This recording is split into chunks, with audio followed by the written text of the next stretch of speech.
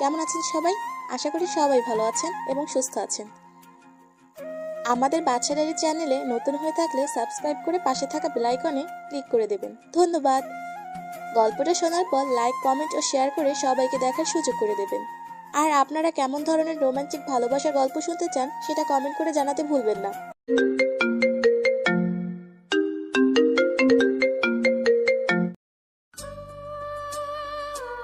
একটা দামি বাইক, গায়ে ফুল হাতার একটা সাদা শার্ট, পরনে একটা কালো রঙের প্যান্ট নিয়ে কলেজের ভিতরে একটা ছেলে প্রবেশ করলো। দেখতে হিরোর মতো। কলেজের সকল ছাত্রছাত্রী এক ধ্যানে তাকিয়ে আছে। ছেলেটা বাইক পার্কিং করে কলেজের ভিতরে ঢুকে প্রিন্সিপাল স্যারের অফিস রুমে অনুমতি নিয়ে ঢুকলো। প্রিন্সিপাল স্যারের রুমে গিয়ে একটা চেয়ারে বসলো। ঠিকই ধরেছেন, এই ছেলেটার কেউ নয়, আমি। আজ থেকে এই কলেজে শিক্ষকতা করব। আর পরিচয় জানা লাগবে না, শুধু নামটা জেনে রাখুন, আমি রাসেল। বাকিটা গল্পের সাথে থাকুন, সব জানতে পারবেন। আসসালামু আলাইকুম স্যার, কেমন আছেন? আলহামদুলিল্লাহ ভালো আছি। তুমি কেমন আছো রাসেল? আমি ভালো আছি স্যার।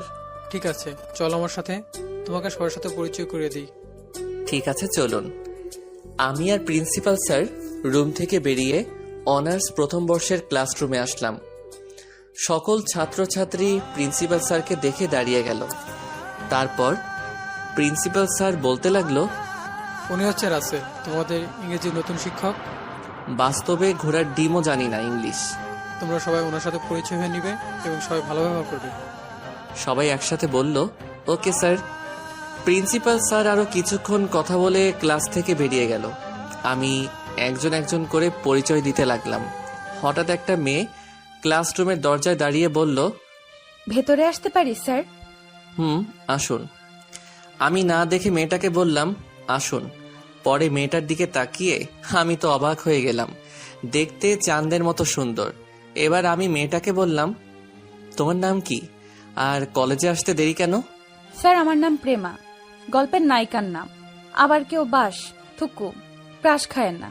আসলে বাসা থেকে গাড়ি নিয়ে আসতে হঠাৎ রাস্তার মাঝখানে গাড়ি নষ্ট হয়ে যায়, তারপর রিক্সা নিয়ে আসতে দেরি হয়ে যায়। ঠিক আছে, তোমার সিটে গিয়ে বসো। প্রেমা আর কোনো কথা না বলে একটা মেয়ের সাথে গিয়ে বসলো। আমি আবার পরিচয় নেওয়া শুরু করলাম। সবার পরিচয় নেওয়ার সময় প্রেমার দিকে তাকিয়ে দেখি প্রেমা আমার দিকে এক দৃষ্টিতে তাকিয়ে আছে। আমি প্রেমার দিক থেকে চোখ সরিয়ে নিলাম। আজকে সবার কাছ থেকে পরিচয় নিয়ে ক্লাস থেকে বেরিয়ে গেলাম। সবাইকে বলছি, কালকে থেকে নিয়মিত ক্লাস করাবো। কলেজ ছুটি হওয়ার পর বাইক নিয়ে বাসায় চলে আসলাম। বাসায় বলতে আমি এখানে একটা ফ্ল্যাট নিয়ে একা থাকি, আমার কাজের সুবিধার জন্য। বিছানায় বসে আম্মুকে ফোন দিলাম। আসসালামু আলাইকুম আম্মু, কেমন আছো? ওয়ালাইকুম আসসালাম। আলহামদুলিল্লাহ বাবা, ভালো আছি। তুই কেমন আছিস? আমিও ভালো আছি। আব্বু কি অফিসে? তোর অফিসে আছে। আপু কি ফোন দিয়েছে? আপু কেমন আছে? সকালে একবার দিয়েছে, কিছুদিন পর ওর জামাই সহ আসবে। আচ্ছা ঠিক আছে আম্মু, তুমি ভালো থেকো, নিজের শরীরের যত্ন নিও, খাওয়া দাওয়া ঠিক মতো করো। আমি মাত্র কলেজ থেকে আসলাম, ফ্রেশ হয়ে খাওয়া দাওয়া করে একটু রেস্ট নিব। ঠিক আছে বাবা, তাহলে রাখি। আম্মু এ বলে ফোন কেটে দিল। আমি বসে না থেকে ওয়াশরুমে ঢুকে ফ্রেশ হয়ে খাওয়া দাওয়া করে একটা ঘুম দিলাম। আমার খাবার রান্না করার জন্য একজন খালাকে বাসায় রেখেছি। ওনার পাক পুরো আম্মুর রান্নার মতো। বিকালে ঘুম থেকে উঠে ফ্রেশ হয়ে বাহিরে চলে গেলাম হাঁটতে। একটা পার্কে বসে চারদিকে তাকিয়ে দেখতে লাগলাম। হঠাৎ কেউ একজন পিছন থেকে বলল, আরে স্যার, আপনি এখানে কি করছেন? আমি পিছনে তাকিয়ে দেখি প্রেমা, সাথে আরো দুইটা মেয়ে আছে, তারা সবাই আমার ছাত্রী। তখন আমি বললাম, এমনি আসলাম একটু ঘুরতে। তা তোমরা পার্কে কি করো? স্যার, আপনার মতো আমরাও ঘুরতে আসলাম। ও স্যার, কিছু মনে না করলে একটা কথা বলতে পারি? বলো, সমস্যা নেই। স্যার, আপনি কি কখনো প্রেম করেছেন? মানে আপনার কোনো গার্লফ্রেন্ড আছে? না, আমি কখনো প্রেম করি নাই, আর করার কোনো ইচ্ছে নেই। কেন স্যার? এসব প্রেম ট্রেম আমার কাছে ভালো লাগে না। প্রেম করলে একেবারে বিয়ের পর বউয়ের সাথে প্রেম করব। স্যার, আপনার বাসা কোথায়? পরিবারে কে কে আছে? তুমি এত কিছু জেনে কি করবে? ওমা, আপনি আমাদের স্যার, আপনার পরিচয়টা কি জানতে পারি না? আমার নাম রাসেল। পরিবারে আব্বু আম্মু এবং একটা বড় বোন আছে, তার বিয়ে হয়ে গেছে। আমার নাম তো জানেন, আমার বাবা একজন বাংলাদেশের টপ বিজনেসম্যান। আমি তার একমাত্র মেয়ে। আমার সাথে আমার বান্ধবী মিম এবং রোজা। খুব ভালো লাগলো পরিচয় হয়ে। স্যার, কিছু মনে না করলে আমাদের সাথে এক কাপ কফি খাবেন? খেতে পারি, কিন্তু বিল আমি দিব। স্যার, বিল আমরা দেব। তা হয় না, তোমরা আমার ছাত্রী, আমি কি করে তোমাদের বিল দিতে দেই? ঠিক আছে স্যার, বিল আপনি দিয়েন। এখন চলুন। ঠিক আছে চলো। তারপর ওদের সাথে একটা কফি শপে গিয়ে বসলাম। প্রেমা কফির অর্ডার দিল। কিছুক্ষণ পর কফি চলে আসলো। তাদের সাথে কফি খেয়ে বিদায় নিয়ে বাসায় চলে আসলাম। বিলটা কিন্তু আমি দিছি। পরের দিন কলেজে ঢুকে দেখি কিছু ছেলে মেয়েদের ডিস্টার্ব করছে। আমি বাইক পার্কিং করে তাদের সামনে গেলাম। তখন আমি বললাম, এখানে কি হচ্ছে? মেয়েদের সাথে তোমরা এরকম করছো কেন? তখন একটা ছেলে বলল, সেটা কি তোকে বলতে হবে? বড়দের সাথে কিভাবে কথা বলতে হয় বাপ মা কি কিছুই শেখায় নাই? তুই কে রে? তোর সাথে সম্মান দিয়ে কথা বলতে হবে? তুই আমাকে চিনিস? আমি হচ্ছে এই এলাকার নেতার ভাই জীবন। আমার ভাইয়ের কথাই পুরো কলেজ চলে। এই এলাকার এমপি মন্ত্রী আমার ভাইয়ের কথায় উঠে আর বসে। তাই বলে তুমি এভাবে মেয়েদের ওড়না নিয়ে খেলা করবে? আমি সব কিছু করতে পারি। আর তুই কে আমার সাথে এতক্ষণ কথা বলছিস? কলেজের প্রিন্সিপাল আমাদের কিছু বলতে সাহস পায় না। আমি হচ্ছি এই কলেজের নতুন শিক্ষক, গতকাল জয়েন করছি। তুই শিক্ষকের মতো থাক, আমাদের কিছু বলতে আসবি না। আবার যদি আসিস তাহলে তোকে মেরে এই কলেজ থেকে বের করে দিব। আমি আর কোনো কথা না বলে তাদের ওখান থেকে চলে আসলাম। মেয়েগুলো আমার দিকে কেমন করে যেন তাকালো। হঠাৎ প্রেমা আমার সামনে এসে বলল, স্যার, আপনি ওদের সাথে কথা বলবেন না, এরা অনেক খারাপ। কেউ ওদের কিছু বলতে গেলে হসপিটালে পাঠিয়ে দেয়। তাই বলে কেউ তাদের অন্যায়ের প্রতিবাদ করতে পারবে না? কারো কিছু করার নেই, সবাই মুখ বুজে সহ্য করে নেয়। ঠিক আছে, তুমি ক্লাসে যাও। ঠিক আছে স্যার। আমি আর কোনো কথা না বলে প্রিন্সিপাল স্যারের রুমে অনুমতি নিয়ে গেলাম। তখন আমি প্রিন্সিপাল স্যারকে বললাম, আচ্ছা স্যার, বাহিরে কিছু ছেলে দেখলাম মেয়েদের সাথে অসভ্যতামি করছে, কিন্তু কেউ তাদের কিছু বলছে না, এটার মানে কি? তুমি জীবনের কথা বলছো? এই এলাকায় সবাই তার ভাইকে ভয় পায়। অনেকগুলো খুনের আসামি তার ভাই, কিন্তু আইন কিছু করতে পারছে না, কারণ ওর ভাই সবাইকে হাত করে রেখেছে। তাই বলে সবাই ওদের অন্যায় অত্যাচার সহ্য করবে? মানুষ কি সুন্দরভাবে জীবনযাপন করতে পারবে না? আমাদের কিছু করার নেই। রনি নেতাকে সবাই এক নম্বর চিনে, তার ভয়ে মানুষ ঘর থেকে বাইরে হয় না। প্রতিদিন 2-1টা খুন করে রাস্তা ফেলে রাখে। ঠিক আছে স্যার, আমি তাহলে ক্লাসে যাই। যাও, তবে তাদের সাথে বেশি কথা বলো না, ওরা মানুষ না, এক একটা জানোয়ার। ঠিক আছে স্যার। আমি আর কোনো কথা না বলে ক্লাসরুমে চলে আসলাম। সবাই দাঁড়িয়ে আমাকে সালাম দিল। সবার সালামের উত্তর নিয়ে সবাইকে বসতে বললাম। তারপর সবাইকে পড়াতে শুরু করলাম, কিন্তু তাদের পড়াতে পারছি না। শুধু আজকের কথাগুলো মাথায় ঘুরছে। আমাকে কিছু একটা করতে হবে, তা না হলে এদের জন্য মানুষ সুন্দরভাবে জীবনযাপন করতে পারবে না। কোনো রকম ক্লাসটা শেষ করে বেরিয়ে আসলাম। দেখতে দেখতে একটা মাস চলে গেল। তাদের অসভ্যতামি আরো বেড়ে গেছে।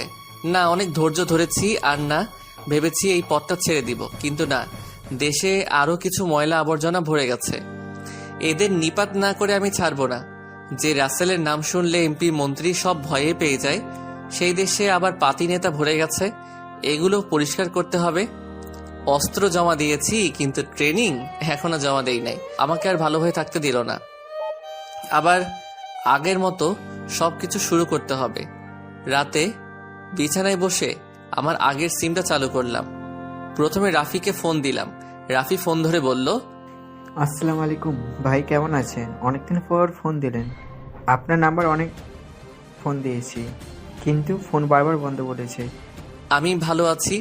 ভেবেছি এই পথটা ছেড়ে দিব, কিন্তু দেখি দেশে আবার ময়লাই ভরে গেছে। এখন বলো আব্দুল্লাহ কোথায়? ভাই, আব্দুল্লাহ আমার সাথেই আছে। ঠিক আছে, তুই আব্দুল্লাহ এবং সাথে আরো কিছু লোক নিয়ে এই জায়গায় চলে আসবি। ঠিক আছে ভাই, আর এই এলাকায় তো আমাদের নাজিম থাকে, আপনি কোনো চিন্তা করবেন না, আমি সময় মতো লোক নিয়ে চলে আসবো। তুই আসলে ওর সাথে কথা বলবো। টাকা পয়সা আছে? ভাই আসলে ঠিক আছে, তোর বিকাশে টাকা চলে যাবে। তোদের যেন কেউ না দেখে সেভাবে আসবি। ঠিক আছে ভাই। আমি ফোনটা কেটে দিয়ে শুয়ে পড়লাম, আর কিছু না ভেবে ঘুমিয়ে পড়লাম। পরের দিন কলেজে গিয়ে দেখি আগের মতো জীবন মেয়েদের সাথে খারাপই করছে। মাথা ঠান্ডা করে ক্লাসে চলে গেলাম। কোনো রকম ক্লাস শেষ করে বাহিরে আসার পর প্রেমা আমার সামনে আসলো। তখন প্রেমা বলল, স্যার আপনার সাথে আমার কিছু কথা আছে। কি কথা বলো? চলুন স্যার, কোনো রেস্টুরেন্টে গিয়ে কফি খেতে খেতে কথাটা বলি। ঠিক আছে চলো। আমি আর প্রেমা কলেজ থেকে বেরিয়ে আসতে জীবন আমার সামনে এসে বলল, কিরে, কলেজে শিক্ষকতা করতে এসে ছাত্রীকে নিয়ে কোথায় যাচ্ছিস? আমাদের পথ ছাড় বলছি। যদি না ছাড়ি তাহলে তুই কি করবি? আমার মাথা গরম হয়ে গেল। তখন প্রেমা বলল, স্যার ওদের সাথে কথা বলে লাভ নেই, আপনি চলুন। কেন রে, আমরা কি ভালো না? একবার আমাদের সাথে বিছানায় যাস, দেখবি আমরা অনেক ভালো খেলতে পারি। তোরা কি জীবনে মানুষ হবি না? মেয়েদের সাথে এইভাবে কথা বলতে তোর লজ্জা করছে না? আরে আমার লজ্জা থাকলে তো করবে, আমার কোনো লজ্জা নেই। স্যার আপনি চলুন না। আমি আর কোনো কথা না বলে একটা রেস্টুরেন্টে চলে গেলাম। রেস্টুরেন্টে ঢুকে একটা টেবিলে গিয়ে বসলাম। তখন আমি বললাম, বলো কেন নিয়ে আসলে আমাকে, কি কথা বলবে? আগে কফির অর্ডারটা দিয়ে নেই। প্রেমা একজন ওয়েটারকে ডাক দিল, 2টা কফির অর্ডার দিল। তখন প্রেমা বলল, এখন তো দুপুরের খাবারের টাইম, খাওয়া দাওয়া করে নেবেন। না এখন খাবার খাবো না, আমি খাবার একটু দেরি করে খাই। স্যার আপনি জানেন বাংলাদেশে একজন মাফিয়া ছিল, তার ভয়ে সব নেতারা প্রস্রাব করে দিত, কিন্তু ওনাকে কেউ সামনাসামনি দেখে নাই। উনি দেশে সব সময় ভালো কাজ করতেন, কিন্তু গত 1 বছর ধরে ওনার কাজ কেউ দেখে না। উনি কি আছেন নাকি মরে গেছেন তা কেউ বলতে পারবে না। সেজন্য এইসব দেশের এই অবস্থা। রাস্তাঘাটে মেয়েরা এবং অন্যান্য মানুষ ঠিকভাবে চলাফেরা করতে পারে না। উনি যদি আবার ফিরে আসতেন তাহলে এইসব গুন্ডারা ভয়ে এইসব খারাপই ছেড়ে দিত। আমি প্রেমার কথা শুনে মনে মনে বলতে লাগলাম, সে মানুষটা যে আমি। তুমি আমাকে চিনতে পারো নাই, তুমি তো দূরের কথা এখনো বাংলাদেশের মানুষ চিনতে পারে নাই। তখন আমি বললাম, যদি বেঁচে থাকে তাহলে অবশ্যই তিনি ফিরে আসবে। আমার মন বলছে উনি এখনো বেঁচে আছে, খুব শীঘ্রই এসব ময়লা আবর্জনা পরিষ্কার করবে। তাই যেন হয় স্যার, আমরা রাস্তাঘাটে ওদের জন্য ঠিকভাবে চলাফেরা করতে পারি না। এবার বলো আমাকে কেন ডেকেছো? তারপর প্রেমা যেটা বলল আমি তো অবাক হয়ে গেলাম। এটা কি করে সম্ভব? তাহলে তো আমার কাজ করতে অসুবিধা হবে। না না, এটা আমি পারবো না। কাউকে ঠকিয়ে হয়তো ক্ষণিকের সুখ পাওয়া যায়, আজীবন সুখে থাকা যায় না। সময় একদিন বুঝিয়ে দিবে কাকে খুঁজতে গিয়ে কাকে হারিয়ে ফেলেছ। স্যার আমি আপনাকে প্রথম যেদিন ক্লাসে দেখি সেদিন আপনাকে আমার পছন্দ হয়ে যায়। এক কথায় আমি আপনাকে ভালোবেসে ফেলেছি। প্লিজ স্যার, আপনি আমাকে ফিরিয়ে দিবেন না? আপনার পেছনে কলেজের অনেক মেয়ে ঘুরে আপনাকে ভালোবাসি কথাটা বলার জন্য। আমি আপনাকে ছাড়া থাকতে পারবো না। এই তুমি এটা কি বলছো? তুমি আমার সম্পর্কে জানো, আমি তোমার শিক্ষক। আমার সামর্থ্য নেই তোমাকে ভালোবাসার, কারণ তোমার বাবা একজন বাংলাদেশের টপ বিজনেসম্যান। সবচেয়ে বড় কথা হলো তুমি আমার ছোট, এটা কখনো সম্ভব না। আমি কিছু বুঝি না, আমি শুধু আপনাকে চাই। আমি আপনাকে অনেক ভালোবেসে ফেলেছি। আমারই ভুল ছিল, তোমার সাথে ফ্রিভাবে কথা বলছি, আর তাতেই তুমি আমাকে ভালোবাসার কথা বলছো। পড়ালেখা শেষ করো, দেখবে আমার থেকে ভালো ছেলে পাবে। আমি অন্য কোনো ছেলে চাই না, আমি শুধু আপনাকে চাই। প্রেমা তুমি বোঝার চেষ্টা করো, এটা তুমি আবেগে বলছো। কিছুদিন পর আবেগ কেটে যাবে, তখন সবকিছু ভুলে যাবে। তাই বলছি পড়ালেখায় মন দাও। ঠিক আছে, আমি পড়ালেখায় মন দিব, তবে আমার কিছু শর্ত আপনাকে পালন করতে হবে। তা না হলে আমি বারবার ভালোবাসার কথা বলবো। আমি কার পাল্লায় পড়লাম রে ভাই? এ মেয়ে তো আমার মান সম্মান শেষ করে দিবে। কি আর করার, দেখি কি শর্ত দেয়। আমি বললাম, আগে বলো কি শর্ত, মানার মতো হলে মানবো। আমার প্রথম শর্ত হলো আপনি মেয়েদের সাথে বেশি কথা বলতে পারবেন না, সব সময় আমার সাথে কথা বলবেন। দ্বিতীয় শর্ত, আপনি আমাকে প্রতিদিন বাসায় গিয়ে পড়াতে হবে। তৃতীয় শর্ত হলো আমাকে কয়দিন পর পর বাইরে ঘুরতে নিয়ে যেতে হবে। তোমার 2-3টা শর্ত আমি মানতে পারবো না। প্রথম শর্ত মানতে রাজি আছি, আমি এমনি মেয়েদের সাথে কথা কম বলি। এটা হবে না, আমার 2-3 শর্ত মানতে হবে। তা না হলে প্রতিদিন কলেজের সবার সামনে আপনাকে প্রপোজ করব। ঠিক আছে, আমাকে 2টা দিন ভাবার সুযোগ দাও, আমি তোমাকে 2 দিন পর জানাবো। ঠিক আছে, কিন্তু আপনি মানা করতে পারবেন না। ওকে, এখন বাসায় চলো। ঠিক আছে চলুন। তারপর দুজনের রেস্টুরেন্ট থেকে বেরিয়ে যে যার বাসায় যেতে লাগলাম। আমি মনে মনে ভাবতে লাগলাম, কি মেয়ে রে ভাই, আমাকে শাসনের উপর রাখছে। প্রথমে প্রেমাকে দেখে মনে করছি সাদাসিধে মানুষ, এখন দেখি পুরো রাগী মেয়ে। আল্লাহ জানে আমার কপালে কি আছে। এই সব কিছু ভাবতে ভাবতে বাসায় চলে আসলাম। বাইক পার্কিং করে দরজার সামনে দাঁড়িয়ে কলিং বেল চাপ দিলাম। কিছুক্ষণ পর যে দরজা খুলে দিল তাকে দেখে একটু অবাক হলাম। আরে আপনারা ভাইবেন না, প্রেমা, এটা হচ্ছে রাফি, গতকাল রাতে যার সাথে কথা বলছি। রাফি আমাকে দেখে বলল, ভাই কেমন আছেন? আমি ভালো আছি, তুই কেমন আছিস?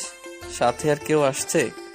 আসলে গতকাল রাতে আমার বিকাশ থেকে 50,000 টাকা পাঠিয়ে দিছি, সেটা আপনাদের বলতে মনে নেই। আমরা 5 জন এসেছি, বাকিরা যে যার কাজ নিয়ে আছে। কেউ আবার অফিস দেখাশোনা করে, কেউ ব্যবসা ধরেছে, কেউ আবার বড় বড় অফিসে কাজ করে। সেটা তো আপনি ব্যবস্থা করে দিয়েছেন। আমি বাবার অফিসে দেখাশোনা করতাম, হঠাৎ ব্যবসা লস হয়ে যায়, তাই আপনি বেকার ঘোরাঘুরি করছি।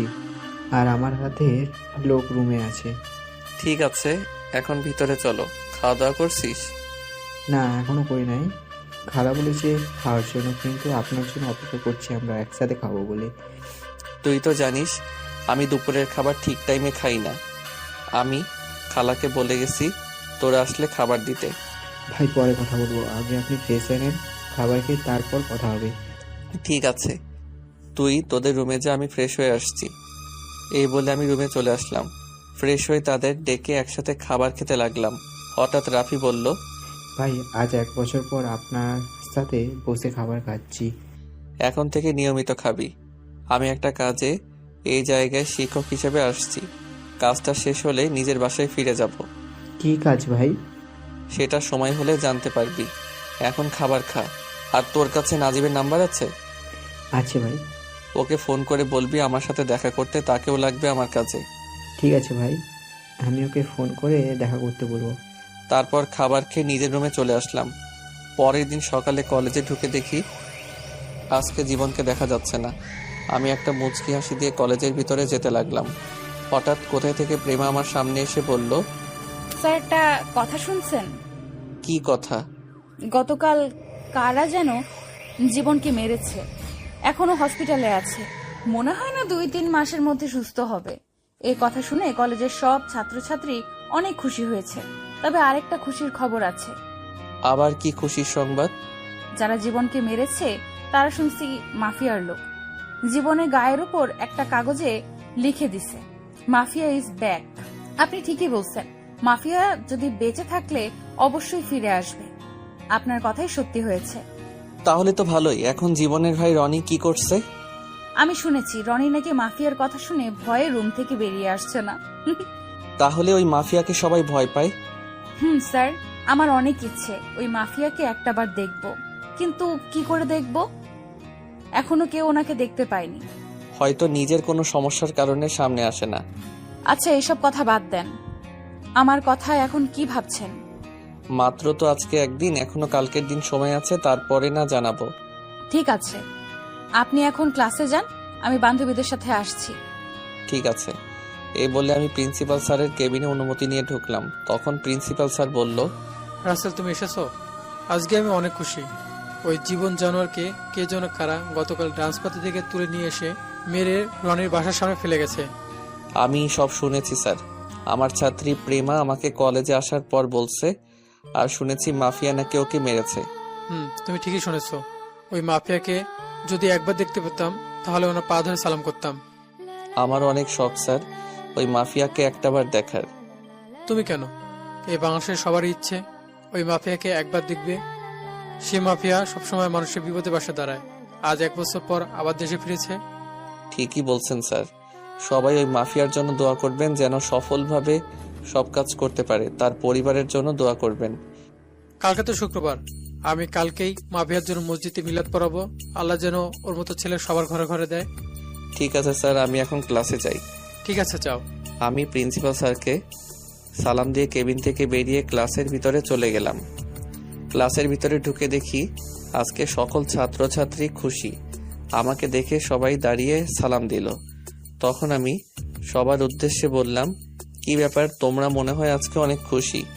যদিও জানি তারপরেও ওদের থেকে শুনতে চাই। হঠাৎ রোজা দাঁড়িয়ে বলল, স্যার সবাই খুশির কারণ জীবন হাসপাতালে আছে, তাকে কারা যেন মারছে। স্যার ওর মতো জানোয়ারকে বাঁচিয়ে রেখে ভুল করেছে। এখন যদি সুস্থ হয়ে আমাদের সাথে আবার অশুভ দাবি করে। স্যার মিম ঠিকই বলেছে, তারপরেও আমাদের ভেতর ভয় কাজ করছে। সবাই আমাকে নানাভাবে বুঝিয়ে কথা বলছে। তখন আমি তাদের উদ্দেশ্য করে বললাম, আমার কথা শুনো, মাফিয়া একবার মাফ করে দিলে দ্বিতীয়বার মাফ করে না। আমি মানুষের কাছ থেকে শুনেছি সেই মাফিয়া ঠান্ডা মাথায় কাজ করে। তোমরা কোনো চিন্তা করো না, মাফিয়া যখন ফিরে এসেছে তাহলে কেউ তোমাদের কিছু করতে পারবে না। আপনার কথা যেন ঠিক হয়। আমিও জীবনকে মারার কথা প্রথমে খুশি হয়েছি, পরে ভাবলাম ও তো এখনো বেঁচে আছে, যদি সুস্থ হয়ে আমাদের সাথে খারাপ কিছু করে। ওটা নিয়ে চিন্তা করো না, আল্লাহ সবসময় তোমাদের পাশে আছে। শুধু ওই মাফিয়ার জন্য আল্লাহর কাছে প্রার্থনা করে বলবে, আল্লাহ ছাড়া কেউ যেন ওই মাফিয়ার ক্ষতি করতে না পারে। ঠিক আছে স্যার। তারপর পড়া শুরু করলাম। আজকে তাদের খুশি দেখে তাড়াতাড়ি ক্লাস শেষ করে বাহিরে চলে আসলাম। কলেজ ছুটি হওয়ার পর বাইকের কাছে আসার পর প্রেমা আমার সামনে আসলো। তখন আমাকে বলল, তুমি আমাকে একটু বাসার সামনে নামিয়ে দিবে? আজকে আমি গাড়ি নিয়ে আসি নাই। প্রেমা, তোমার ব্যবহার হঠাৎ চেঞ্জ হয়ে গেল কেন? আমি তোমার স্যার, সেটা কি তুমি জানো না? আমি আর পারবো না আপনাকে আপনি করে বলতে, আমি এখন থেকে তুমি করে বলবো। প্রেমা, তুমি কি চাও? আমি এই কলেজ থেকে চলে যাই? না, এটা আমি চাই না। তাহলে আমাকে সম্মান দিয়ে কথা বলবে। কলেজের সব ছাত্র ছাত্রী যেভাবে কথা বলে তুমিও আমার সাথে সেইভাবে কথা বলবে। দূর স্যার, আমি আপনার সাথে এতক্ষণ মজা করছি। আমি চেয়েছি আপনাকে তুমি করে বললে আপনি কেমন রিয়্যাক্ট করেন। আমি কি তোমার ছোট যে আমার সাথে মজা করবে? এমন মজা আর কখনো করবে না। সরি স্যার, আমার ভুল হয়ে গেছে। It's okay. প্লিজ স্যার, আমাকে একটু বাসার সামনে নামিয়ে দেন, আমার গাড়ি নষ্ট হয়ে গেছে। ঠিক আছে চলো, কিন্তু কোনো দুষ্টুমি করতে পারবে না। ঠিক আছে, করব না। আমি বাইকে ওঠার পর প্রেমা উঠলো। তখন আমাকে বলল, স্যার আমি তো কখনো বাইকে উঠি নাই, এখন তো আপনাকে ধরতে হবে। ঠিক আছে, তুমি আমার ঘাড়ে হাত দাও। আমার কথা মতো প্রেমা আমার ঘাড়ে হাত রাখলো। প্রেমার হাত ঘাড়ে দেওয়ার পর শরীর দিয়ে হঠাৎ বিদ্যুৎ বয়ে গেছে। এই প্রথম কোনো মেয়েকে বাইকে করে নিয়ে যাচ্ছি। আমি বাইক চালাতে লাগলাম। তখন প্রেমা বলল, স্যার আপনার আব্বু কি করে? সেটা জেনে তুমি কি করবে? এমনি জিজ্ঞেস করলাম আর কি, বলুন না স্যার। আমার আব্বু কিছুই করে না, বড় বোন তার জামাইয়ের সাথে থাকে। আমার টাকা দিয়ে আব্বু আম্মু চলে। আমি মনে মনে বললাম, আমার বাবার যা কিছু আছে তার 10 ভাগের 1 ভাগ তোমার বাবার নেই। ও, আপনার অনেক কষ্ট হয় না স্যার? আমার কোনো কষ্ট হয় না, আল্লাহ দিলে মা বাবাকে নিয়ে আমি অনেক সুখে আছি। প্রেমা মনে মনে বলে, তাহলে আমাকে বিয়ে করে নাও। আমাকে বিয়ে করলে তোমার কোনো কিছুর অভাব থাকবে না। ও স্যার, আমার বাসা চলে আসছে, এইটাই আমাদের বাসা। আমি বাইক তাদের বাসার সামনে দাঁড় করালাম। প্রেমা বাইক থেকে নেমে বলল, স্যার আমাদের বাসায় আসুন। আজকে যাব না, অন্য একদিন যাব। এটা কেমন করে হয়? বাসার সামনে থেকে চলে যাবেন? রাগ করো না, আরেকদিন ঢুকবো বাসার ভিতরে। আমার বাসায় একটু কাজ আছে। কাজ থাকলে তো আর জোর করা যাবে না, তবে আমার একটা রিকোয়েস্ট রাখবেন। কি রিকোয়েস্ট বলো? আপনি একটু চোখটা বন্ধ করুন। ঠিক আছে, করলাম। আমি চোখ বন্ধ করার পর প্রেমা এমন কিছু করবে সেটা আমি কখনো দেখিনি। গরুতে করে হাল চাষ, ছাগলে করে নষ্ট, অসৎ করে খারাপ কাজ, সতে পাই কষ্ট। ছাগলের মুখ মানে না বাধা, মানে না কোনো নিষেধ, সে করবে পরের ক্ষতি, এটাই তার বিবেক। সকালবেলার সোনালি আলো, এক মনটা অনেক ভালো। কিচিরমিচির ডাকছে পাখি, খুলে দেখো তোমার আঁখি। শুভ হোক আজকের দিন। আমি চোখ বন্ধ করার সাথে সাথে প্রেমা আমার গালে একটা চুমু দিয়ে দৌড় দিয়ে ভিতরে চলে গেল। প্রেমা এটা কি করলো আমি তো কিছুই বুঝতে পারলাম না। আমি আর কোনো কিছু চিন্তা না করে বাসায় যেতে লাগলাম। এবার আপনাদের আসল ঘটনা খুলে বলি। গতকাল রাতে নাজিম আমার সাথে দেখা করে। জীবনের কথা ওকে জিজ্ঞেস করলে সে আমাকে অনেক কিছু খুলে বলে।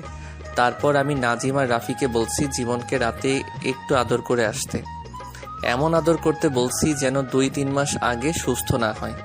আর একটা কাগজে লিখে দিতে বলছি, মাফিয়া ইজ ব্যাক। এটা যেন রনি দেখতে পায়, আর এই এলাকার সবাই যেন বুঝতে পারে মাফিয়া তাদের এলাকায় আছে।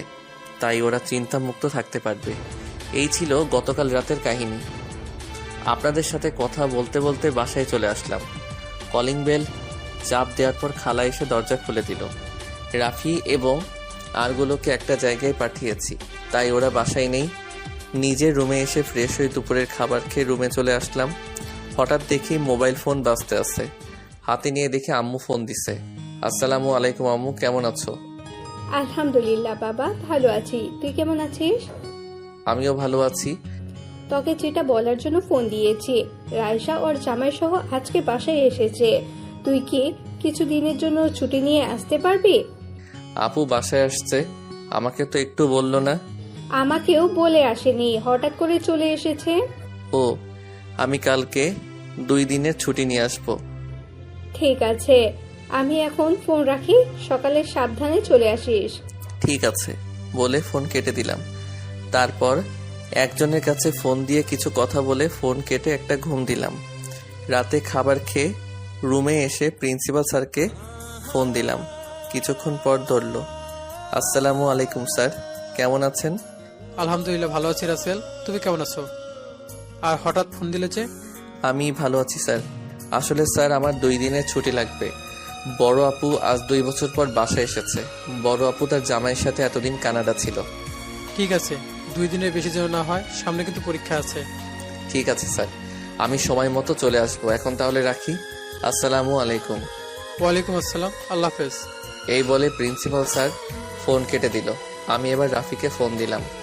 রাফি ফোন ধরে বলল, জি ভাই বলেন। নাজিম কি তোর সাথে আছে?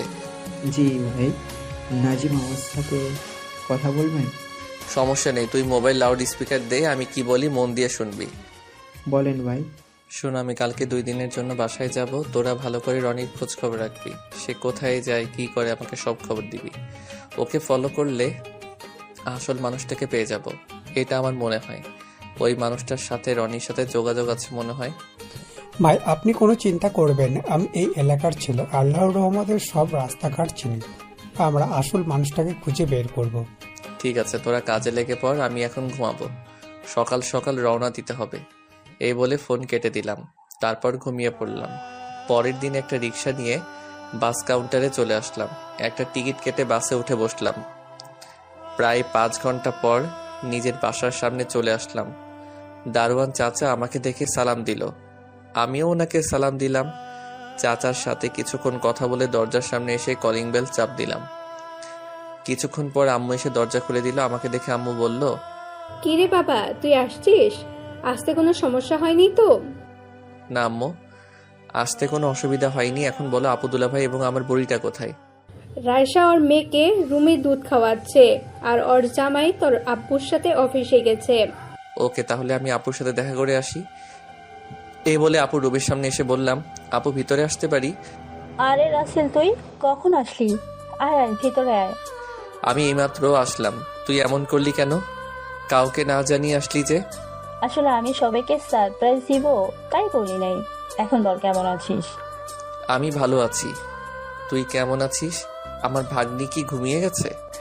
আমিও ভালো আছি। আর তিতিকে দুধ খাইয়ে দিয়ে ঘুম পাড়িয়ে দিলাম। ও, তা কতদিন থাকবি এবার? এবার 1 মাসের মতো থাকবো। আচ্ছা, আমাকে একটা কথা বলবি? কি কথা আপু? তুই হঠাৎ অফিস ছেড়ে কলেজে শিক্ষকতা করতে গেলি কেন? আমার অফিস দেখাশোনা করতে ভালো লাগে না, তাই শিক্ষাগত চাকরি নিয়েছি। কলেজে ছাত্রছাত্রী পড়াতে অনেক ভালো লাগে। তুই জানিস না আব্বু একা অফিস চালাতে কষ্ট হয়? আরে আব্বুর কোথায় কষ্ট হচ্ছে, সাথে তো সিফাত আর নয়ন আছে। তারা দুজনে তো সবকিছু দেখে রাখে। ও, তোকে দেখে মনে হচ্ছে তুই এখনো ফ্রেশ হস নাই। তুই রুমে গিয়ে ফ্রেশ হয়ে নিচে আয়, আমি নিচে আছি। আচ্ছা ঠিক আছে। এই কথা বলে আপু নিচে চলে গেল। আমি আমার রুমে এসে দেখি রুমটা আগের মতোই আছে। ওয়াশরুমে ঢুকে ফ্রেশ হয়ে নিচে চলে আসলাম। নিচে এসে দেখি আব্বু আর দুলাভাই তারা অফিস থেকে চলে এসেছে। দুলাভাই আমাকে দেখে বলল, কেমন আছো সালাবাবু? আমি অনেক ভালো আছি। তুমি কেমন আছো দুলাভাই? আমি ভালো আছি। তা বয়স তো আর কম হলো না, এবার কি বিয়ে শাদী করবে না? এখন না দুলাভাই, আরো 1 বছর পরে করব। তখন বুড়ো বয়সে তোকে কেউ মেয়ে দিবে না। অবশ্যই দিবে। আমি দেখতে কি খারাপ? তুই দেখিসনি? তোর বিয়ের সময় সব মেয়ে আমার দিকে তাকিয়েছিল। তুই আমার বিয়ের সময় বাদরের মতো লাফালাফি করছিস, তাই সব মেয়ে তোর দিকে তাকিয়েছিল। কিরে আপু, দুলাভাইকে পেয়ে তোর এই বড় বাপকে ভুলে গেলি? আমার বন্ধুকে কি আমি ভুলতে পারি? আপু দুলাভাইকে অনেক দিন পর দেখছি তো, তাই তোমার কথা ভুলে গেছি। এখন বলো, তুমি কেমন আছো? আমি ভালো আছি, তুই কেমন আছিস? ভালো আছি। তা সিফা তার নয়ন ঠিকভাবে কাজ করে? তারা আছে দেখে তো আমি চিন্তা মুক্ত আছি, অফিস থেকে চলে আসতে পেরেছি। হঠাৎ আম্মু সবার সামনে এসে বলল, অনেক কথা হয়েছে, এবার সবাই খেতে এসো। এই পর্যন্ত যারা গল্পটা শুনেছেন, গল্পটাতে একটা লাইক করে দিতে ভুলবেন না এবং গল্পটা বেশি বেশি করে শেয়ার করবেন। আপনাদের একটা লাইক এবং শেয়ার আমাদেরকে আরও উৎসাহিত করেন নেক্সট গল্প বানানোর জন্য। অসংখ্য ধন্যবাদ পাশে থাকার জন্য। এইভাবে পাশে থাকবেন। Thank you.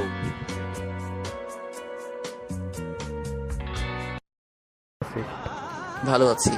তা সিফা তার নয়ন ঠিকভাবে কাজ করে? তারা আছে দেখে তো আমি চিন্তা মুক্ত আছি, অফিস থেকে চলে আসতে পেরেছি। হঠাৎ আম্মু সবার সামনে এসে বলল, অনেক কথা হয়েছে, এবার সবাই খেতে এসো। তারপর সবাই একসাথে খাবার খেতে চলে আসলাম। আমি খাবার খেয়ে নিজের রুমে চলে আসলাম। দেখতে দেখতে 2 দিন পার হয়ে গেল। পরিবারের সবার কাছ থেকে বিদায় নিয়ে চলে আসলাম। পরের দিন কলেজের গেট দিয়ে ঢুকে ভিতরে গিয়ে দেখি কলেজের মাঠে সকল ছাত্রছাত্রী ভিড় করে আছে। আমি একটু ভিড় ঠেলে ভিতরে ঢুকে দেখি প্রেমা একটা মেয়েকে মারতে আছে, কিন্তু কেউ কিছু বলছে না। আমি প্রেমার সামনে গেলাম। প্রেমা আমাকে দেখে ওই মেয়েকে মারা বন্ধ করে দিল। তখন আমি জিজ্ঞেস করলাম, কি হয়েছে প্রেমা, তুমি ওকে এভাবে মারছিলে কেন? কি করেছে ও? আর তোমরা সবাই দাঁড়িয়ে দাঁড়িয়ে কি দেখছো? সবাই ক্লাসে যাও। আমার কথা শুনে সকল ছাত্রছাত্রী ক্লাসে চলে গেল। তখন প্রেমা বলল, ও আমাকে বলে আপনাকে নাকি ভালোবাসে, তাই ওকে উচিত শিক্ষা দিছি। আমাকে ভালোবাসলে তোমার সমস্যা কি? আমার অনেক সমস্যা। ও আপনাকে ভালোবাসতে পারবে না, আপনি শুধু আমার। কেউ আপনাকে ভালোবাসি কথাটা বললে তার চোখ দুটো তুলে নিব। তাই বলে তুমি ওকে এভাবে মারবে? মেরেছি, বেশ করেছি। আমার ভালোবাসার দিকে চোখ তুলে তাকালো কেন? আমি কি বলছি তোমাকে আমি ভালোবাসি, তাহলে তুমি এমন করলে কেন? আপনি আমাকে বলেন নাই, কিন্তু আমি ছাড়া আপনাকে কারো হতে দিব না আমি। তুমি আসলে একটা পাগল, তোমাকে ডাক্তার দেখাতে হবে। আমাকে ডাক্তার দেখালে কিচ্ছু হবে না। তো তোমার সাথে কথা বলে সময় নষ্ট করে লাভ নেই। আচ্ছা, আমি ওর হয়ে তোমার কাছে ক্ষমা চাচ্ছি, তুমি প্লিজ কিছু মনে করো না। মেয়েটা ঠিক আছে বলে ক্লাসে চলে গেল। তখন প্রেমা আমাকে বলল, আপনি ওর কাছে ক্ষমা চাইলেন কেন? আর আপনি এই 2 দিন কলেজে আসলেন না কেন? কোথায় গেছেন আপনি? আমি বাড়িতে গেছি, তাই কলেজে আসি নাই। আচ্ছা, তুমি ওদিন এমনটা করলে কেন? আপনি কিসের কথা বলছেন স্যার? আমাকে ওদিন চোখ বন্ধ করতে বলে তুমি আমাকে চুমু দিয়ে দৌড় দিয়ে ভিতরে গেলে কেন? আমার ইচ্ছা হয়েছে, তাই আপনাকে চুমু দিছি। প্লিজ প্রেমা, তুমি এমন পাগলামি করো না। লেখাপড়ায় মন দাও। তোমার আব্বু জানতে পারলে আমাকে কলেজ থেকে বের করে দিবে। আর সেটা কি তুমি চাও? সেটা আমি কখনো চাই না। এখন কোনো কথা না বলে আমার শর্তের উত্তর দাও। ঠিক আছে, আমি রাজি। তবে তোমাকে আমি প্রতি শুক্রবার ঘুরতে নিয়ে যাব আর বিকালে তোমাকে পড়াবো। ঠিক আছে, সমস্যা নেই। এখন ক্লাসে আসুন। এই বলে প্রেমা চলে গেল। আমি আর কোনো কথা না বলে কলেজের ভিতরে ঢুকে অফিস রুমে চলে গেলাম। এবার আপনাদের একটা কথা বলি। আসলে প্রেমাকে প্রথম দেখায় আমিও ভালোবেসে ফেলেছি, কিন্তু তাকে এখন বলছি না, কারণ আমি যে কাজে কলেজে শিক্ষকতা করতে আসছি সেটা শেষ না করা পর্যন্ত ওকে মনের কথা বলবো না। এই কারণে প্রেমাকে বেশি কিছু বলি না। কিন্তু প্রেমার পাগলামি দিন দিন বেড়ে যাচ্ছে, না জানি ওকে পড়াতে গেলে আমার সাথে কি করে। আর কিছু না ভেবে ক্লাসে চলে গেলাম। সবাই দাঁড়িয়ে সালাম দিল। সালামের উত্তর নিয়ে সবাইকে বসতে বললাম। তারপর পড়া শুরু করলাম। প্রেমা আমার দিকে তাকিয়ে আছে। ওর আমার দিকে তাকালে কেমন যেন ওর মায়ায় পড়ে যায়। তো যাই হোক, ক্লাস শেষ করে অফিস রুমে চলে আসলাম।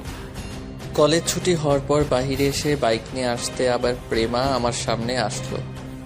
তখন আমি বললাম, কি ব্যাপার প্রেমা, তুমি আমার সামনে কেন আসলে? আপনি আমাকে বাসায় নামিয়ে দিয়ে আসেন। প্রেমা, এটা কিন্তু শর্তের মধ্যে ছিল না। আমি কিছু জানি না, আপনি আমাকে বাসায় দিয়ে আসেন। তোমার পাগলামি দিন দিন বাড়ছে। তোমাকে প্রথম দেখে তো এমন মনে হয় নাই। আপনি জানেন না, আমার অনেক রাগ। আজ পর্যন্ত কোনো ছেলেকে ভালোবাসি নাই, কিন্তু আপনাকে দেখার পর অনেক ভালো লেগেছে, তাই তো আপনার সাথে পাগলামি করি। তোমার সাথে কথাই পারবো না, এখন নামো। তোমার বাসা চলে এসেছে। দূর! এত তাড়াতাড়ি বাসায় চলে এসছে? বিকেলে ঠিক টাইমে বাসায় চলে আসবেন। ঠিক আছে, কিন্তু তোমার আব্বুর কাছে কি বলছো আমার কথা? কি? আমি যে আপনাকে ভালোবাসি সে কথা নাকি? দূর, আমি বলছি আমি যে তোমাকে পড়াবো এটা কি তোমার আব্বুকে বলছো? এটা আমি 2 দিন আগেই বলে রাখছি আব্বুকে। আব্বু রাজি হয়েছে। আমি বলছি আপনি 2 দিন পর পড়াতে আসবেন। ঠিক আছে, আমি এখন বাসায় যাচ্ছি। সাবধানে যাবেন। আমি আর কোনো কথা না বলে বাসায় চলে আসলাম। প্রেমার সাথে এভাবে কথা না বললে কিছু একটা করে ফেলবে। তার আব্বু যদি জানে আমার জন্য তার মেয়ে এমন করছে, তাহলে আমাকে কলেজ থেকে বের করে দিবে। কলেজ থেকে বের হয়ে গেলে আমি কাজটা করতে পারবো না। এখন রাস্তায় দিয়ে আসলে সবাই আমাকে চিনে। আমি একজন কলেজের শিক্ষক, তাই কেউ আমাকে সন্দেহ করতে পারবে না। আর আমি কি কাজের জন্য এখানে আসা, সেটা গল্পের সাথে থাকলে জানতে পারবেন। কলিং বেল চাপ দেওয়ার পর খালা এসে দরজা খুলে দিল। আমি ভিতরে ঢুকে নিজের রুমে চলে আসলাম। ফ্রেশ হয়ে খাবার খেয়ে রুমে চলে আসলাম। বিছানায় শুয়ে মোবাইল হাতে নিয়ে দেখি রাফি অনেকগুলো ফোন দিছে, তাই আমি রাফিকে ফোন দিলাম। বল, ফোন দিয়েছিস কেন?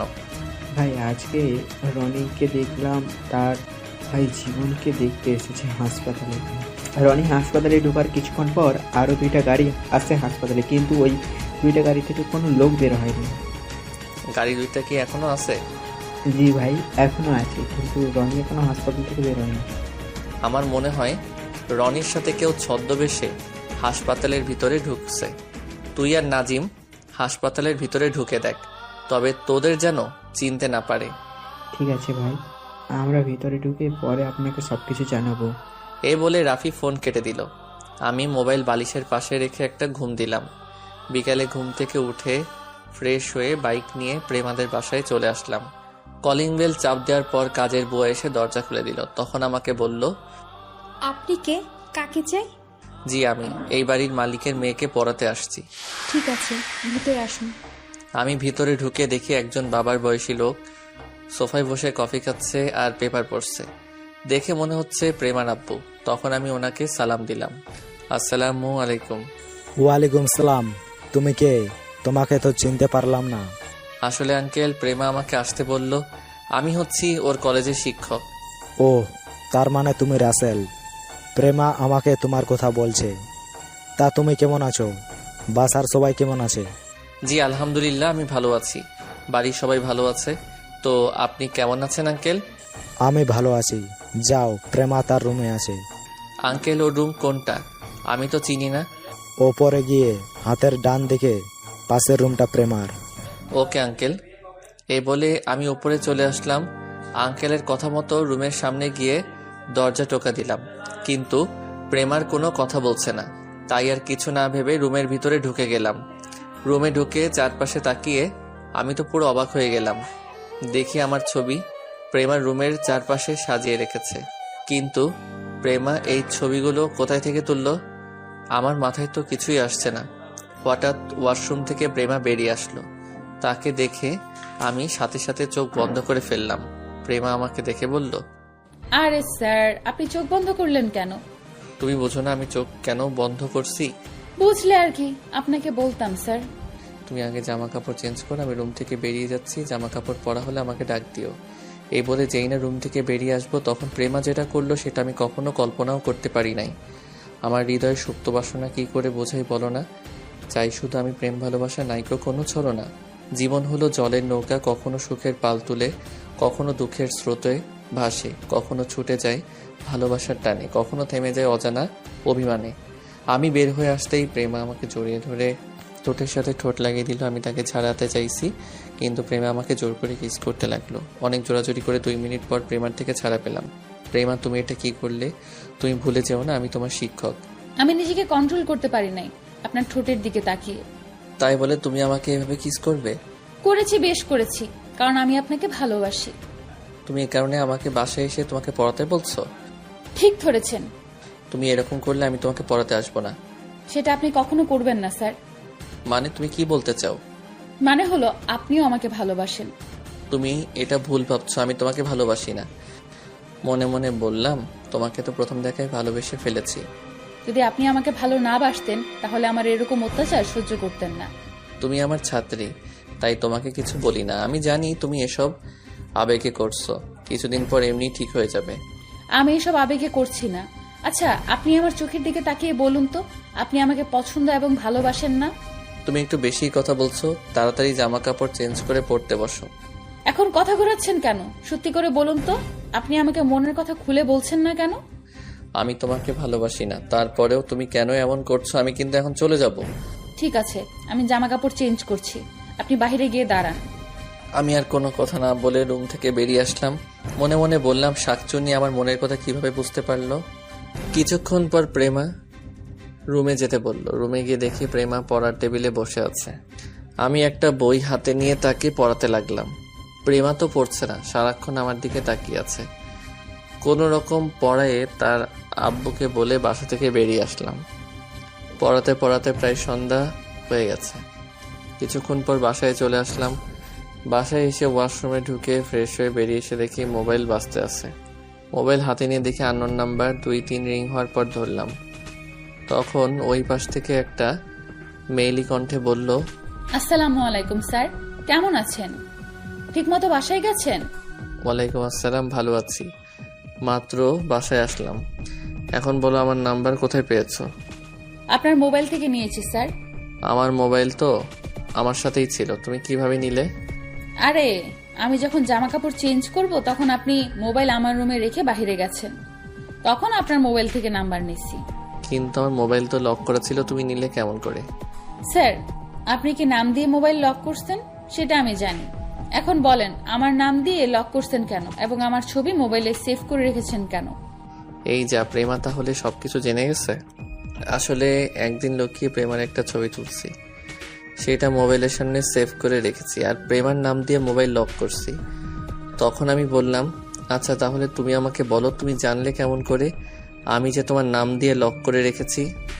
আমার ছবি প্রোফাইলে দেখে বুঝতে পারলাম আপনি আমাকে ভালোবাসেন, তখন লক খুলতেই প্রথমে আপনার নাম দিছি, কিন্তু কোনো কাজ হলো না। তারপরে মনে মনে বলি আমার নাম দিয়ে দেখি, তখন আমার নাম দেওয়ার সাথে সাথেই লক খুলে গেল। এতই যখন ভালোবাসেন তাহলে বলছেন না কেন? আসলে তোমাকে প্রথম যেদিন দেখি সেদিন তোমাকে ভালোবেসে ফেলেছি। পরে ভাবলাম তুমি আমার ছাত্রী, এটা কি তোমার আব্বু আম্মু মেনে নেবে, তাই তোমাকে বলি নাই। আজ পর্যন্ত কোনো মেয়েকে আমার ভালো লাগে নাই, একমাত্র তোমাকে দেখে আমার অনেক ভালো লাগে। প্লিজ, আপনি আমার সাথে একটাবার দেখা করতে পারবেন? কিছুক্ষণ আগেই তো তোমার বাসা থেকে আসলাম, এখন আবার কেন যাব? আসলেই দেখতে পাবেন, প্লিজ আপনি না করবেন না। যদি তোমার আব্বু আম্মু কিছু বলে তখন কি বলবো? সেটা নিয়ে আপনাকে ভাবতে হবে না, আমি দরজার সামনে আপনার জন্য অপেক্ষা করব, আর আমি আব্বু আম্মুকে অন্য কিছু বলে মানিয়ে নিব। ঠিক আছে, আমি আসছি, এই বলে ফোন কেটে দিলাম। তারপর একটা জামা গায়ে দিয়ে খালার কাছে বলে বাসা থেকে বেরিয়ে আসতেই মোবাইলটা বেজে উঠলো। মোবাইলের দিকে তাকিয়ে দেখি রাফি ফোন করছে। তখন আমি কল রিসিভ করে বললাম, বলো রাফি। ভাই, আপনি একটু আমাদের সাথে দেখা করতে পারবেন? অনেক জরুরি কথা আছে। কি কথা বলো? ভাই, কথাগুলো সামনাসামনি বললে ভালো হবে। ঠিক আছে, তুমি লোকেশন ট্যাগ করো, আমি আসছি। ঠিক আছে ভাই। আমি ফোনটা কেটে দিয়ে প্রেমাকে ফোন দিলাম। প্রেমা কল রিসিভ করার পর আমি বললাম, প্লিজ তুমি রাগ করো না, আমার হঠাৎ একটা কাজে এক জায়গায় যেতে হবে, তোমার সাথে কালকে বিকালে পড়ার সময় দেখা হবে। আচ্ছা ঠিক আছে, এই বলে প্রেমা কল কেটে দিল। আমি জানি প্রেমার মনটা খারাপ হয়ে গেছে। কি করব আমি যে কাজে আসছি সেটা শেষ তো করতে হবে। আমি মোবাইলের লোকেশন দেখে রাফির জায়গায় মতো চলে আসলাম। আমি গিয়ে দেখি রাফি আর নাজিম এবং তাদের সাথে কিছু লোক দাঁড়িয়ে আছে। আমি তাদের সামনে যাওয়ার পর আমাকে সালাম দিল। তখন রাফি বলল, ভাই, আপনি যাকে খুঁজতেছিলেন তাকে আমরা পেয়ে গেছি। আপনার কথা মতো আমরা হাসপাতালের ভিতরে ছদ্মবেশে ঢুকেছি। জীবনের কেবিনের সামনে গিয়ে দরজা হালকা সরিয়ে ওই লোকটাকে দেখলাম জীবনের সাথে কথা বলছে। ওই লোক রনির সাথে হাসপাতালে ঢুকেছে। পরে যে 2টা গাড়ি এসছে, ওই 2টা খালি গাড়ি ছিল এবং ওই লোকটা ছিল এখানে। আপনাদের ওই লোকটার নাম বলছি না, কারণ তাকে সামনাসামনি ধরার পর নাম বলবো, তাই কথায় কথায় ওই লোকটা বললাম। তো যাই হোক, গল্পে আসি। এখন ওরা কোথায়? ভাই আমরা ওই লোকটাকে দেখার পর হাসপাতাল থেকে বাইরে চলে আসি। তারপর বের হওয়ার জন্য অপেক্ষা করতে লাগলাম। কিছুক্ষণ পর রনি সহ ওই লোকটা বেরিয়ে আসলো। আমরা ওদের পিছনে। হঠাৎ তার এই জায়গায় আসার পর হেলিকপ্টার করে কোথায় যেন চলে যায়। সাথে কি রনি গেছে? না ভাই, রনি ওর লোক নিয়ে বাসায় ফিরে গেছে। আচ্ছা ঠিক আছে, তোমরা একটু সেফে থাকো। যা করার আমি করতেছি। আমি বাসায় যাচ্ছি, কোনো খবর পেলে আমাকে জানাবে। ভাই তাদের থেকে বিদায় নিয়ে বাসায় চলে আসলাম। রাতের খাবার খেয়ে বিছানায় শুয়ে একজনের সাথে কিছু কথা বলে প্রেমাকে ফোন দিলাম, কিন্তু প্রেমার মোবাইল বন্ধ বলছে। মনে হয় আমার উপরে রাগ করে মোবাইল বন্ধ করে রেখেছে। দেখতে দেখতে 15 দিন চলে গেল। প্রেমা এখন আমার সাথে কথা বলে না, আমাকে এড়িয়ে চলে। কিন্তু কোনো মেয়ের সাথে কথা বললে চোখ মুখ লাল করে ফেলে। আমি জানি প্রেমা আমার উপর অভিমান করে আছে, আর আমিও বেশি জোর করছি না, কারণ সামনে তাদের পরীক্ষা চলে এসেছে।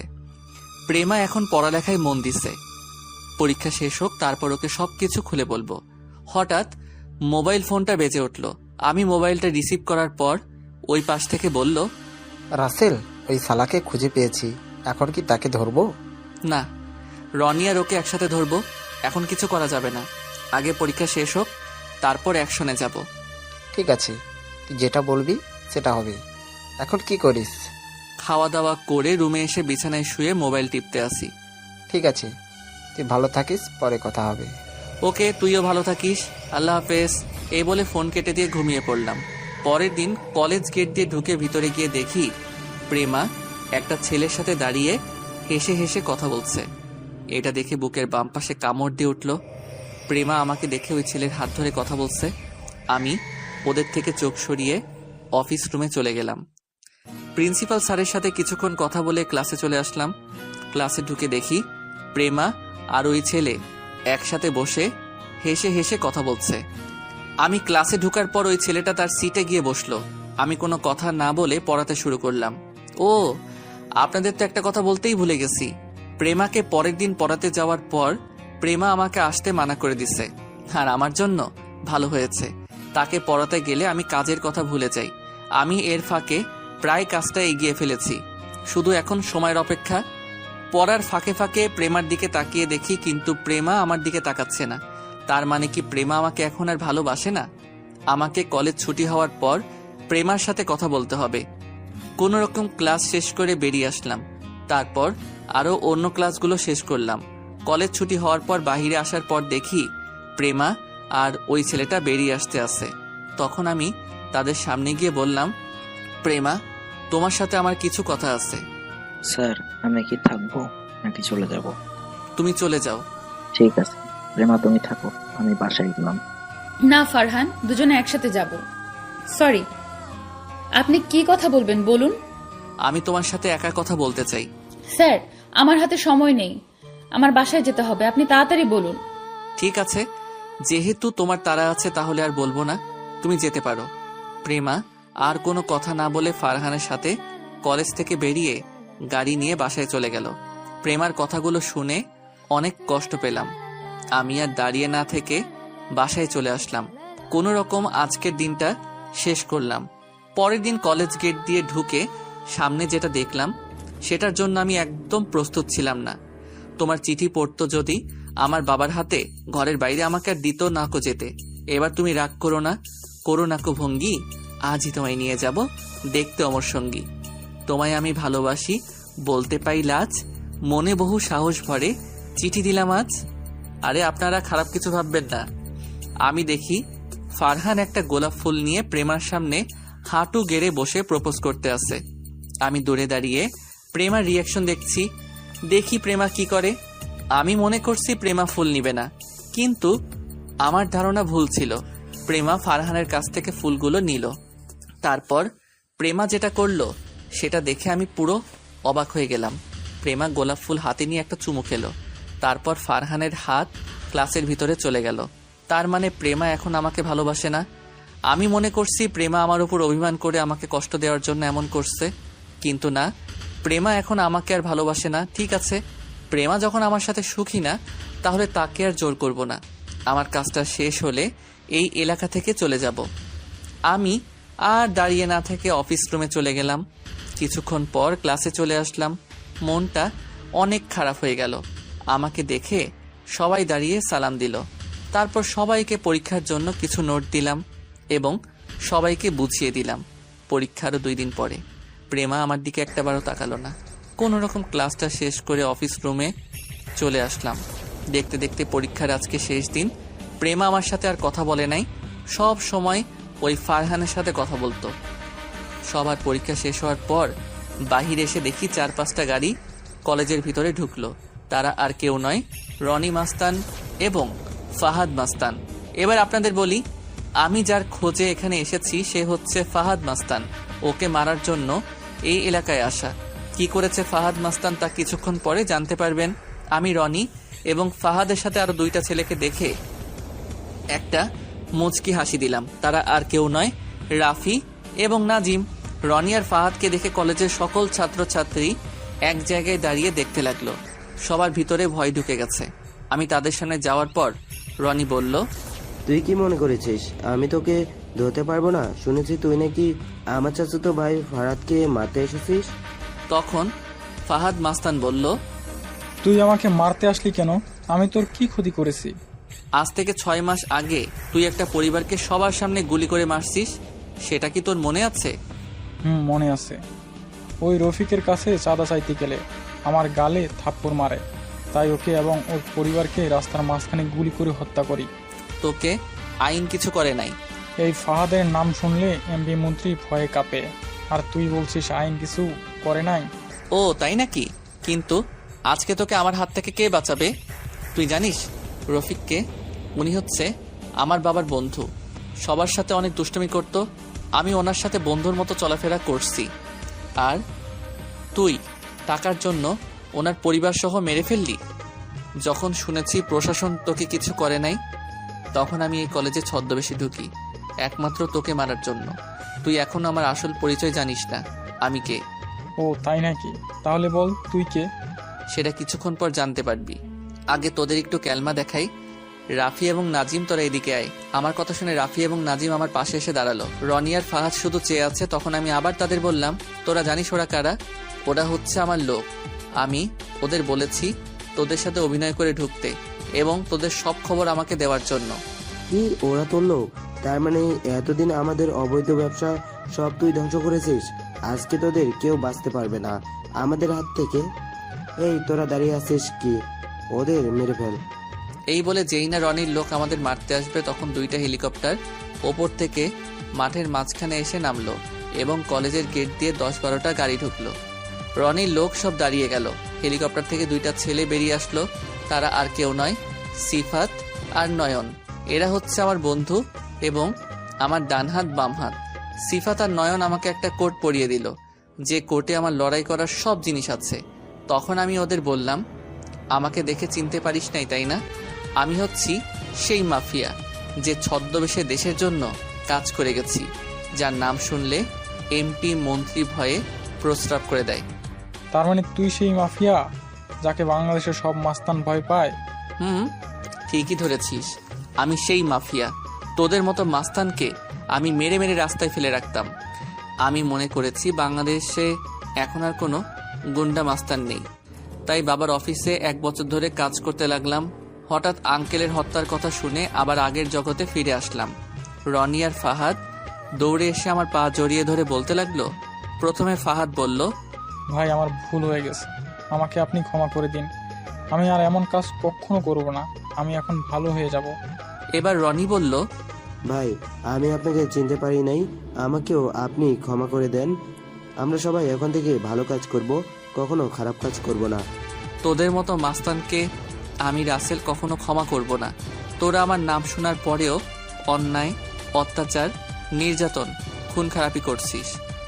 তোদের কারণে মানুষ ঘর থেকে বের হতে পারে না, তাদের মেয়েকে একা ছাড়তে পারে না। কলেজে মেয়েদের ওড়না এবং শরীরের নানান জায়গা হাত দিয়েছিস। রাস্তায় মেয়েদের ইজ্জত নিয়ে ছিনিমিনি খেলছিস। তোদের কোনো ক্ষমা নেই। এই কথা বলে রনি এবং ফাহাদের বুকে গুলি করা শুরু করলাম। কলেজের প্রিন্সিপাল সহ সকল ছাত্রছাত্রী শুধু তাকিয়ে তাকিয়ে দেখছে। এই ওদের লাশ দুইটা নদীতে ভাসিয়ে দেই, আর বাকিদের বলছি আমি তোমাদের কিছু করলাম না, আমি জানি তোমরা ওদের কথা মতো কাজ করে গেছো, তাই বলছি ভালো হয়ে যাও, তা না হলে ওদের মতো তোমাদের মেরে নদীতে ভাসিয়ে দিব। রনি আর ফাহাদের লোক আমার পা ধরে ক্ষমা চেয়ে বলল তারা এসব কাজ আর কখনো করবে না। তারপর ওরা কলেজ থেকে বেরিয়ে গেল। এতক্ষণ প্রিন্সিপাল স্যার আমার কাহিনী দাঁড়িয়ে দাঁড়িয়ে দেখছে। আমি প্রিন্সিপাল স্যারের সামনে যাওয়ার পর স্যার আমার পা ধরতে আসলে আমি বলি, স্যার এটা আপনি কি করছেন? রাসেল, তোমাকে একদিন আমি কি বলেছি মনে আছে? বলেছিলাম না যেদিন মাফিয়াকে সামনাসামনি দেখবো সেদিন তার পা ধরে সালাম করবো। স্যার আপনি আমার গুরুজন, আপনাদের কাছে শিক্ষা পেয়ে আজ এত দূরে আসতে পারলাম। আমি এই কাজটা অনার্স প্রথম বর্ষ থেকে শুরু করি। এটা আমরা কয়েকটা বন্ধু মিলে ভিতরে ভিতরে শুরু করি। তোমার এই মাফিয়া হওয়ার পিছনে কারণটা যদি একটু বলতে। ঠিক আছে স্যার, তাহলে সবাই শুনুন। আমার বেস্ট ফ্রেন্ড সিফাত আর নয়ন, আমরা তিনজনে একটা প্ল্যান করি। দেশে গুন্ডা মাস্তান ভরে গেছে, তাদের উচিত শিক্ষা দিতে হবে। তাই আমরা তিনজনে আরও কিছু ছেলে মিলে রাতের আধারে এসব গুন্ডা মাস্তানকে মেরে ফেলি। এভাবে আস্তে আস্তে আমাদের অনেক ছেলে হয়ে যায়। সবগুলো বিশ্বাসী ছেলে ছিল। তারপর আমাদের গ্রুপের একটা নাম দেওয়া হয় মাফিয়া কিং, আর সবার বস আমাকে বানানো হয়, কারণ তাদের সবার থেকে মেধা শক্তি ছিল অনেক ভালো। আমরা এসব কাজ করতে পুরো বাংলাদেশে আমার নাম ছড়িয়ে পড়ে। পুরো বাংলাদেশের 64টি জেলায় আমার লোক আছে। এসব কাজ করতে করতে যখন দেখলাম বাংলাদেশ থেকে সব সন্ত্রাসী মাস্তান ধ্বংস করে ফেলছি, তখন বাবার সাথে অফিসের কাজে লেগে পড়ি। এত বছর কাজ করার পরেও আমাদের কেউ ধরতে পারে নাই, কিন্তু আমরা সবাই দিন হলে সবার সামনে দিয়ে চলাচল করতাম। আপনি জানেন বাংলাদেশের 1 নাম্বার বিজনেসম্যানকে? তিনি হচ্ছেন রহমান শিকদার, আর আমি হচ্ছি তার একমাত্র ছেলে রাসেল শিকদার। কয়েক মাস আগে আঙ্কেলের হত্যার কথা শুনে আপনার কলেজে শিক্ষক হিসেবে জয়েন করি। শিক্ষকতা হিসেবে ঢোকার কারণ তাহলে কেউ আমাকে ধরতে পারবে না। আজকে সবার সামনে আসার কারণ হচ্ছে বাংলাদেশের সব মানুষ আমাকে একটাবার দেখার জন্য সবাই যেন আমাকে চিনতে পারে। এতক্ষণে সব সাংবাদিক, পুলিশ, র্যাব, বিজিবি, সেনাবাহিনী সবাই চলে এসেছে। আর সবচেয়ে বড় কথা হলো মন্ত্রী এবং এমপি কলেজে চলে এসেছে আমাকে একটাবার দেখার জন্য। মন্ত্রী আমার সামনে এসে বলল, তোমাকে একটাবার দেখার অনেক ইচ্ছা ছিল, আল্লাহ আজকে তোমাকে দেখার সুযোগ করে দিছে। তোমার মতো ছেলে বাংলাদেশের সবার ঘরে যদি একজন করে থাকে, তাহলে কোনো সন্ত্রাসী গুন্ডা মাস্তান কিছুই করতে পারবে না। হঠাৎ একটা সাংবাদিক বলে উঠল, স্যার দেশের হয়ে এমন কাজ কেন করছেন? আমার বুঝ হওয়ার পর থেকে দেখে আসছি বাংলাদেশে কিছু সন্ত্রাসী গুন্ডা মাস্তান দেশটাকে ধ্বংসের দিকে নিয়ে যাচ্ছে। রাস্তাঘাটে মেয়েরা চলতে পারে না। বড় বড় ব্যবসায়ীদের কাছে চাঁদা চাইলে তারা না দিতে পারলে ওদের লাশ পরের দিন রাস্তায় পড়ে থাকে। কিছু কিছু চেয়ারম্যান মেম্বার আছে গরিবদের হক ঠিকভাবে বুঝিয়ে দেয় না, গরিবদের রক্ত চুষে খায়, মেয়েদের তুলে নিয়ে তাদের ভোগ করে, মেরে ফেলে রাস্তায় ফেলে রেখে যায়। তাই ছোট থেকে একটা প্রতিজ্ঞা করছি, বড় হলে এদের আমি ধ্বংস করব। তারপর আস্তে আস্তে বড় হওয়ার পর শুরু করে দেই। তখন মন্ত্রী বলল, তুমি কোনো চিন্তা করবে না, তোমার সাথে সরকার আছে, বাংলাদেশের 16 কোটি মানুষ তোমার সাথে আছে, আমরা সবাই তোমার সাথে আছি। তুমি তোমার কাজ চালিয়ে যাও। তোমার কোনো কিছু দরকার হলে সরকারের কাছে বলবে, সরকার তোমার হেল্প করবে। ধন্যবাদ স্যার। আমি শুধু সরকারের কাছে একটা জিনিস চাইব, সেটা আমার জন্য না, দেশের গরিব দুঃখী মানুষের জন্য। গরিবদের জন্য একটা করে ঘর করে দেওয়া হোক, কয়েকটা হাসপাতাল করে দেওয়া হোক, তারা যেন বিনামূল্যে চিকিৎসা করতে পারে। কয়েকটা স্কুল কলেজ করে দেওয়া হোক, তারা যেন ছেলে মেয়েদের বিনা পয়সায় পড়াতে পারে। তাহলে দেশে কোনো ছেলে মেয়ে অশিক্ষিত থাকবে না। এটাই আমার সরকারের কাছে চাওয়া। তুমি চিন্তা করো না, আমরা সরকারের কাছে আবেদন করব তোমার কথাগুলো যেন রাখে। ইনশাল্লাহ সরকার অবশ্যই সবকিছু করে দেবে। আমি এখন তাহলে আসি, আমার বাসায় কিন্তু একদিন অবশ্যই আসবে। আমি ঠিক আছে বললাম। তারপর এমপি, মন্ত্রী এবং সব সাংবাদিক চলে গেল। আমি প্রিন্সিপাল স্যারকে বললাম, স্যার আমি চলে যাচ্ছি, আমি এই কাজটা করার জন্য কলেজে এসেছি। যদি কখনো ভুল কিছু করে থাকি তাহলে আমাকে মাফ করে দিবেন। আরে তোমার মতো ছেলে কখনো অন্যায় করতে পারে না। তুমি ভালো থেকো, আর আমার দোয়া সবসময় তোমার সাথে আছে। আমি প্রিন্সিপাল স্যারকে সালাম দিয়ে সিফাত আর নয়নের সাথে হেলিকপ্টারের সামনে যাওয়ার পর প্রেমা আমার সামনে এসে দাঁড়ালো। তুমি আমার সামনে এসে দাঁড়ালে কেন? আমাকে আপনি ক্ষমা করে দেন, আমি আপনাকে চিনতে পারি নাই। আমি কখনো ভাবিনি আপনি সেই মাফিয়া। প্লিজ আমাকে আপনি ক্ষমা করে দেন। তুমি তো আমার সাথে কোনো দোষ করো নাই, তাহলে ক্ষমা চাচ্ছ কেন? আমি আপনাকে ভালোবেসে কষ্ট দিচ্ছি। যদি আগে জানতাম আপনি সেই মাফিয়া, তাহলে কখনোই আপনাকে ভালোবাসার কথা বলতাম না। কেন, মাফিয়া হলে কি ভালোবাসা যায় না? যায়, কিন্তু আপনাকে তো আমি কষ্ট দিছি। আপনি যখন মেয়েদের সাথে আমার সামনে কথা বলেন, তখন আমার অনেক খারাপ লাগে। আপনি অনেক দিন এমন করছেন। তখন ফারহান আর আমি আপনার সামনে অভিনয় করি আপনাকে কষ্ট দেওয়ার জন্য। তাহলে তুমি আমার সাথে কথা বলো না কেন?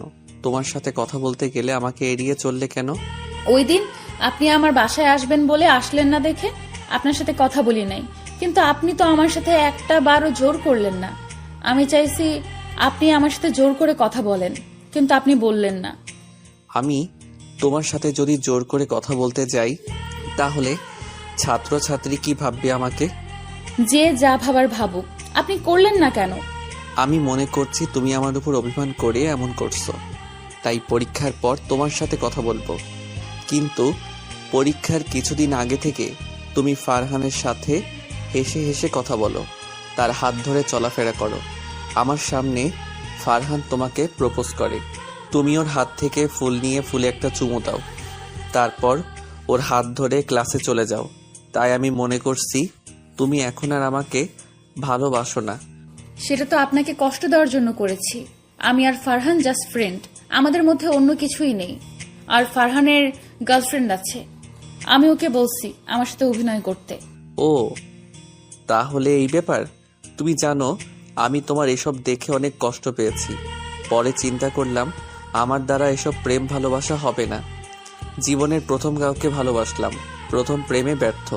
তাই ভাবলাম আমি যে কাজে এসেছি সেটা শেষ করে নিজের বাসায় চলে যাব।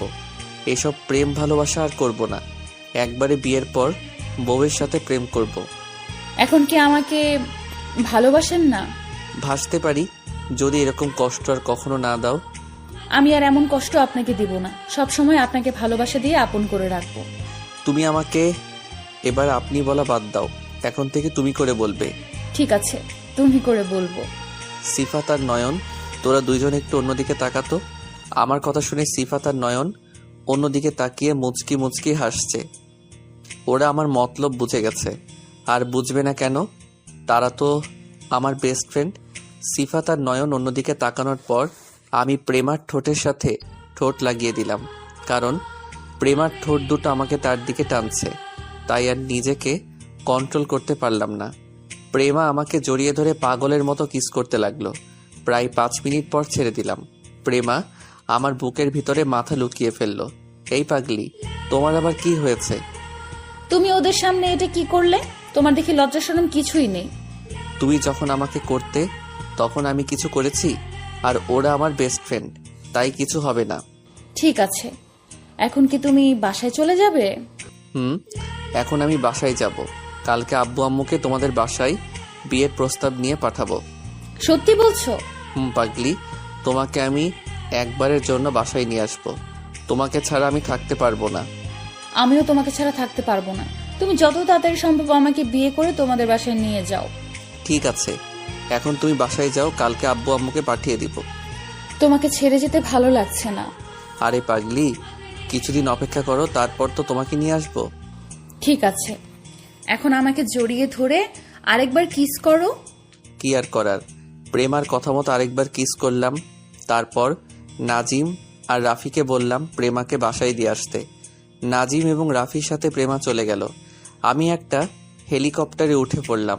সিফাত আর নয়ন তারা অন্যটায় উঠল, তারপর হেলিকপ্টার উপরে উঠে গেল। বেশি সময় লাগলো না ঢাকায় আসতে। দেখতে দেখতে সেই দিনটা চলে আসলো, মানে আমার আর প্রেমার বিয়ে হয়ে গেল। আমরা সবাই অনেক সুখে জীবনযাপন করতে লাগলাম। প্রেমাকে একটা কলেজে ভর্তি করিয়ে দিছি। প্রতিদিন সকালে আমার সাথে করে কলেজে নিয়ে যাই, আবার ছুটি হওয়ার পর নিয়ে আসি।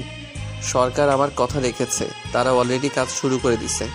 এখন দেশে কোনো সন্ত্রাসী গুন্ডা মাস্তান কিছুই নেই, কেউ কোনো খারাপ কাজ করার সাহস পায় না। ধন্যবাদ সবাইকে। চশমা পরা সেই দু চোখের মাতাল করা দৃষ্টি মন জমিনে নামিয়েছিল মুষলধারায় বৃষ্টি।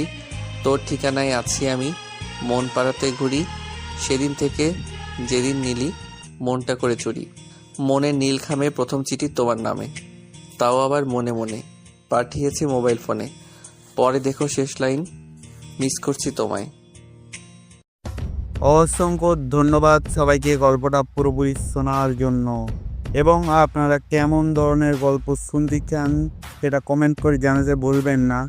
আর চ্যানেলে নতুন হলে যে জানেনই কী করতে হবে, চ্যানেলটাকে লাইক অ্যান্ড সাবস্ক্রাইব করে দেবেন আর বেশি বেশি করে শেয়ার করবেন।